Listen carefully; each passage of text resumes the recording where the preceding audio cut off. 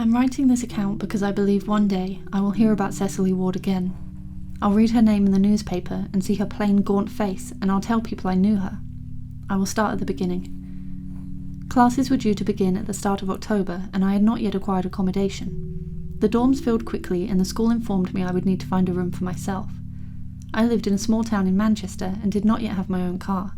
I could not travel to Oxford without even a place to stay in order to inquire about a room, and I did not have access to their local papers to look at advertisements. I had gone to school with a boy named Henry, whose family lived in Oxfordshire, and he offered to call them and see if anyone needed a tenant. He quickly got back to me with the name and address. He described the lodging as small, with one private room, a shared bathroom and shared kitchen. He said the living room had been converted into an office, so was not available for use. I had been incredibly lucky to be accepted into Oxford University. My grades were good, but my finances were not, and the thought of having to let go of my dreams of academia for something as silly as not being able to afford housing was causing me a great deal of stress. This news that I would have a place to stay was not at all sullied by the loss of a living room. I asked Henry about who would be my housemate, and he said he had not seen her since he was very young, before he came to our boarding school. He said she was a pleasant enough child and didn't share much else. I arrived in Oxford on September 28th, with 4 days until my first class. I had one suitcase and one large carpet bag my grandmother had given to me. The pattern was 4-leaf clovers and peacocks. My grandmother said it was lucky, and I would need a lot of luck in Oxford.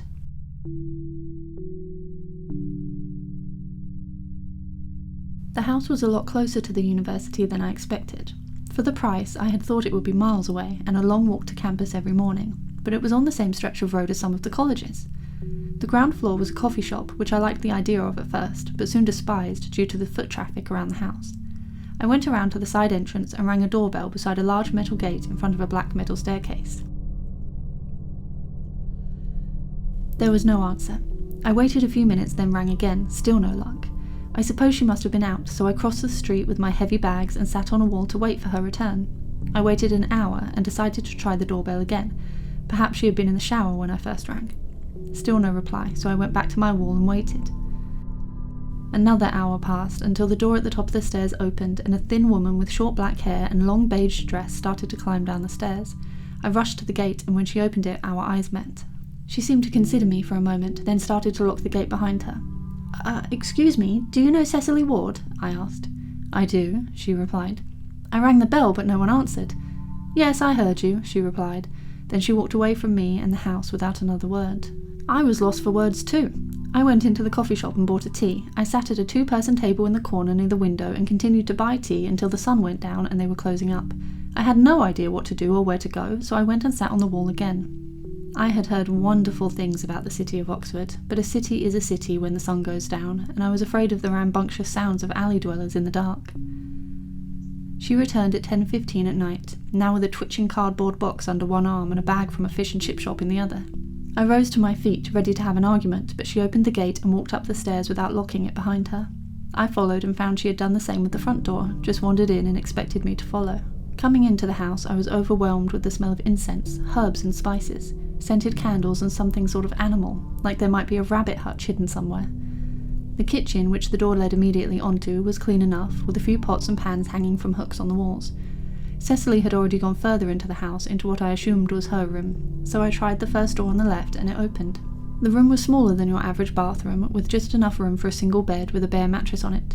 I sat down on the mattress and finally let my hands loosen from the tight fists that had been holding my bags all day. My few possessions would fit nicely in this room, but I would need to buy bedding tomorrow. "Tulip?" called Cecily from the kitchen, and I hesitantly went to the door in case Tulip was a pet she hadn't mentioned. She was standing in the kitchen now, holding a portion of chips wrapped in newspaper. "I don't use the kitchen, so you're welcome to do what you wish in there. I will not clean a single plate or pot, so you'd best leave it the way you found it," she said as she ate her chips without so much as looking at me. "I wake up late and I go out. I come back late and I won't be in the kitchen, so you won't see me." "Okay," I replied, starting to regret coming here at all. "If you go in my room or my office, I will know, so don't." "Okay," I replied, and she walked away again. The whole thing was so bizarre. In the following days I began classes. I got used to my schedule and got into a comfortable routine. I enjoyed using the kitchen and being by myself. I bought a stool to put beside the counter and would eat my dinner there in the evening, no fear of running into Cecily as she stood by her word. She woke up later than me every day, so I wouldn't see her when I left for classes, and I didn't see her when I got home. Then I would hear her come in around 10 when I was already in bed. I made some friends and was able to spend more time out of the house. It started to feel like I wasn't dealt such a bad hand after all, until I came home one day around 6 in the evening to a shuffling sound coming from the living room that was now the office.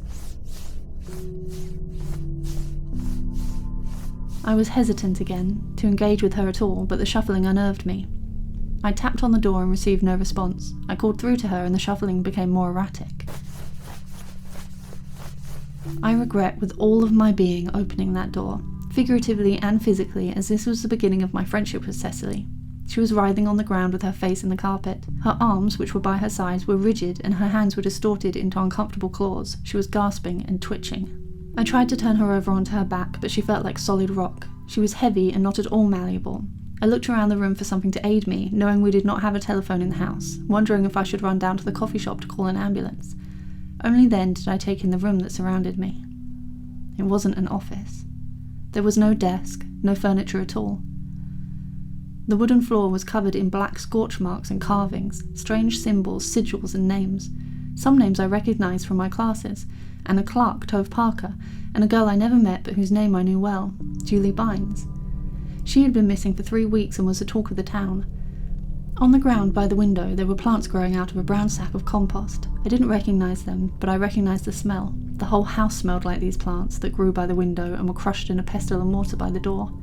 I felt a sudden dread like a bowling ball in my stomach and wanted nothing more than to get out of that room. I stood and started towards the door, but Cecily reached out her hand and gripped my ankle. I looked down at her and she was finally looking up from the carpet, her head bent back in a strange twist, her eyes glazed over and dribbled down her chin. "Jane," she gasped, and I took her wrist and dragged her out of the room, slamming the door. I pried her hand off of me and ran down to the coffee shop to call an ambulance. When they took her away, I considered packing my bag and leaving for good. I called my grandmother and she advised me to do the same, but I looked over at my books and my half-written papers, and I felt angry at Cecily. She had agreed to take in a lodger, and she had done everything to make it uncomfortable and awkward since day one. Surely I wouldn't allow this woman to destroy the education I had earned through blood, sweat and tears. I didn't sleep that night. I barely moved, cold and sweaty, shivering in my bed, listening to the silence of the apartment. Around 3 in the morning I heard her keys jingling, her soft pattering feet through the kitchen where they stopped behind my bedroom door. She didn't knock or call out. I heard the creak of the floorboards as I could almost picture her leaning her ear up to the wood. I swear I could hear her breathing as she listened. It felt like a lifetime before she finally moved away, and a lifetime more before the sun rose. I found her in the kitchen in the morning, sitting at the counter on my stool, drinking tea from my mug. She looked terrible, her eyes sunken and drawn, her lips purple. She was incredibly thin and looked even more so now in her white old-fashioned nightdress. She looked at me silently, and I waited for her to speak, but she didn't. I filled the awkward silence with a question about her health, and she finally cracked a smile. "I'm all right, Tulip. You made sure of that. I felt very important, brought to the hospital, blood work and everything." She was making very intense eye contact, the tip of her fingers turning white from the grip she had on my mug. "Did they... what happened? Was it a seizure?" I stuttered and tried to break free of her glare. "I'm epileptic. No big revelation." "Oh, Henry didn't say anything about, that?"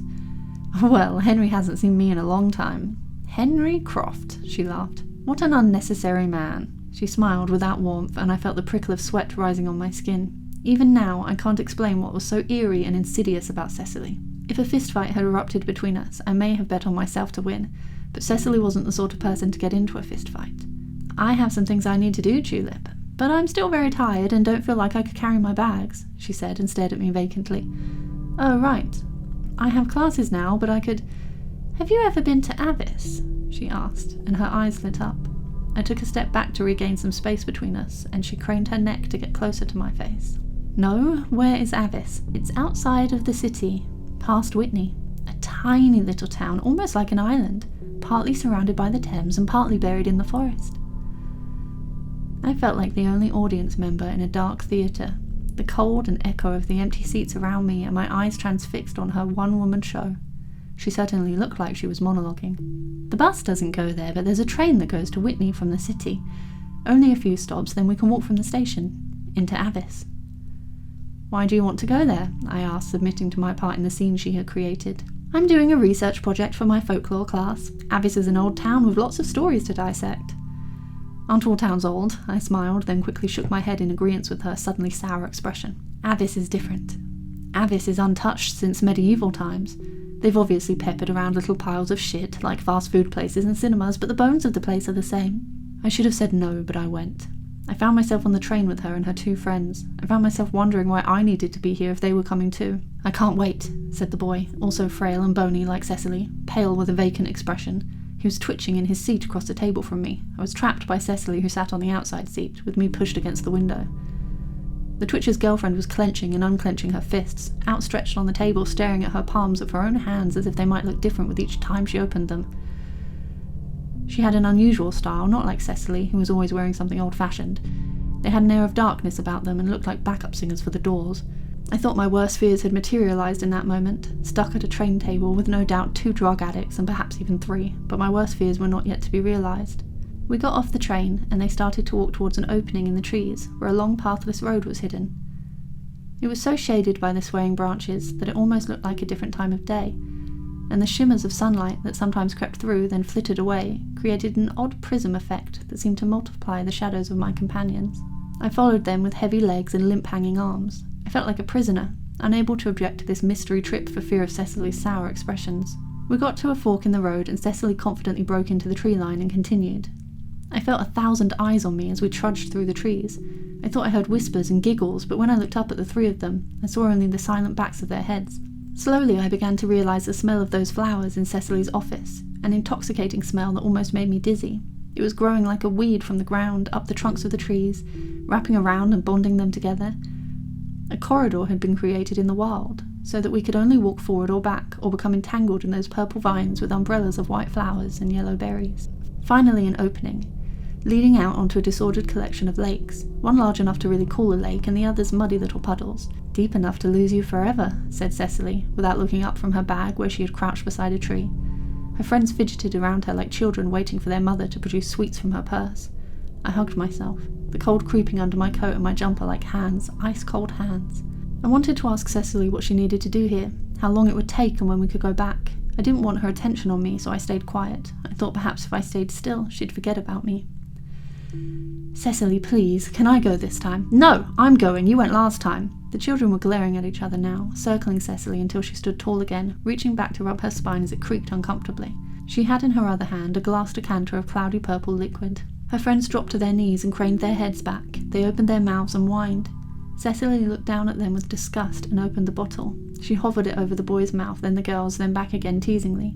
"Who has earned an audience?" she asked, and they both whined. It looked like a mother bird feeding her screeching babies. That heavy bowling ball feeling was coming over me again. I felt I hadn't breathed in minutes. Cecily tilted the bottle forward and dripped a few drops into the boy's mouth, then moved to the girl and did the same. They crawled closer to her and gratefully hugged her legs. "What about you, Tulip?" She finally turned her attention to me, and I realised how close I was to them. "Cecily," I managed to choke out, but my mouth and throat felt dry. "Would you like to hear a story?" she asked, stepping out of their grip like she was wading through deep water. They fell to the ground on either side of her path and started to twitch more feverishly. Their eyes rolled back in their heads and their hands clamped up like claws. "Cecily, what are they?" I stepped back as she was walking towards me. Her eyes had me captured again. "I found Avis when I was lost." No, that's not right. It found me. I talked to the locals about the history, the folklore, but they wouldn't say a word.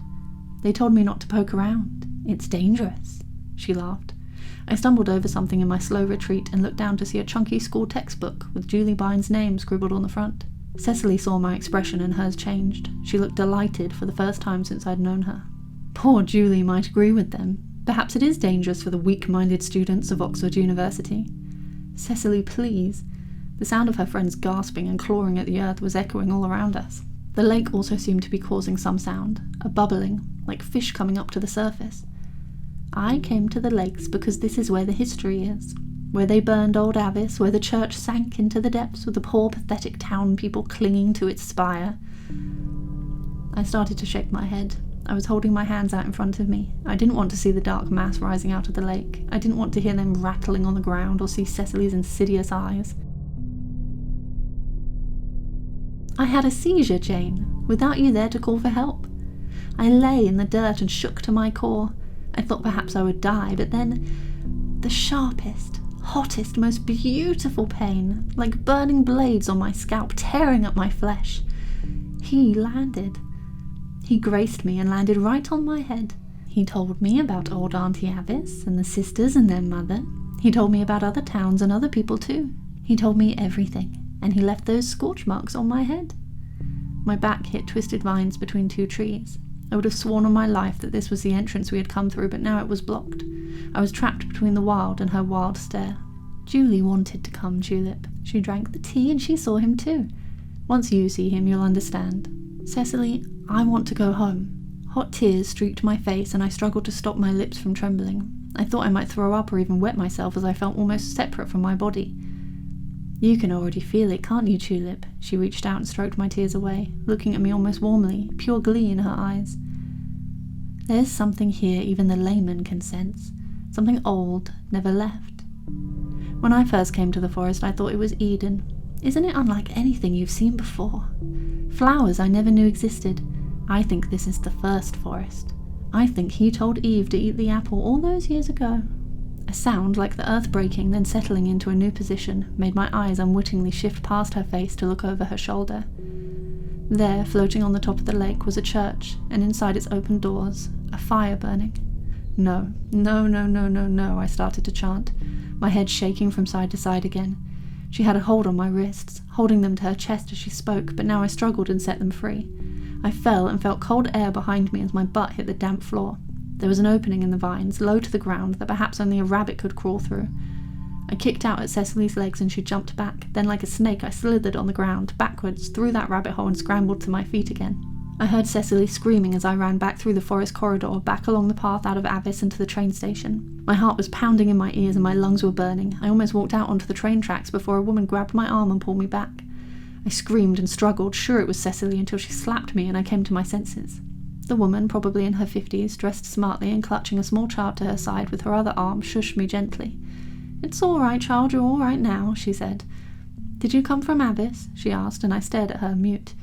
"We're just stopping over from Reading on our way to Oxford. You can sit with us if you like," she said, and ushered me over to a bench. I was drenched in sweat, covered in mud, my hair sticking to my face. I had a constant chorus of my own voice screaming in my head. "Run, quick, fast, don't stop, she's coming, go, go, go." But the train was my only option. I had to wait and hope she didn't come. We don't go to Avis. We've heard of it, you know. We've heard of Avis, but we don't go. The train came and we boarded. I arrived back in Oxford around midday and went straight to the apartment. I packed my suitcase and searched for my peacock bag, but it was nowhere to be seen. I trashed her office, smashed her bottles and killed those wretched stinking plants. I left Oxford on the bus and went back to Manchester, where I am now, at my grandma's house. It's been 2 weeks of ignoring calls from the university, searching the newspapers for anything about Cecily, about her friends, about Julie Bynes. 2 weeks of nightmares, panic attacks, and jumping at every sound. I've played through the events of that day in my head 1,000 times, pictured that floating church and those poor squirming idiots. I pray that putting it down on paper will get it out of my head, but God, if anyone ever reads this, even after I'm dead, don't believe me. Don't go looking for Cecily. Don't go to Avis.